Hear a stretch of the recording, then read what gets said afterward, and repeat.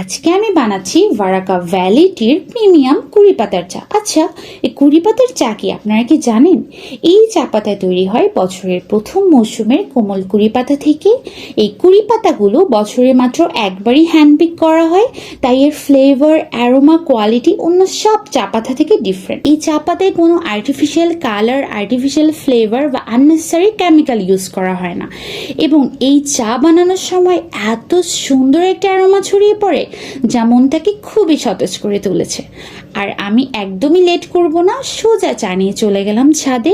উফ, এ অসাধারণ মুহূর্তটা এত সুন্দর, চারপাশে বৃষ্টির শব্দ, ভেজা মাটির গন্ধ আর এক কাপ প্রিমিয়াম টি, সব মিলিয়ে মনে হচ্ছে খুবই পিসফুল একটা মোমেন্ট। অ্যান্ড প্রতিটা সিপের সঙ্গে রেনি ডের সৌন্দর্যটা আরো বেশি করে ফিল করছিলাম। খুবই ভালো লাগছিল। আর আরেকটা কথা আপনাদেরকে বলে রাখি, এই চা আমাদের শরীর ও মনকে খুবই রিফ্রেশ করে তোলে এবং এতে থাকা ন্যাচারাল অ্যান্টিঅক্সিডেন্ট শরীরের জন্য খুবই উপকারী এবং ফোকাস ধরে রাখতে খুবই সহায়তা করে।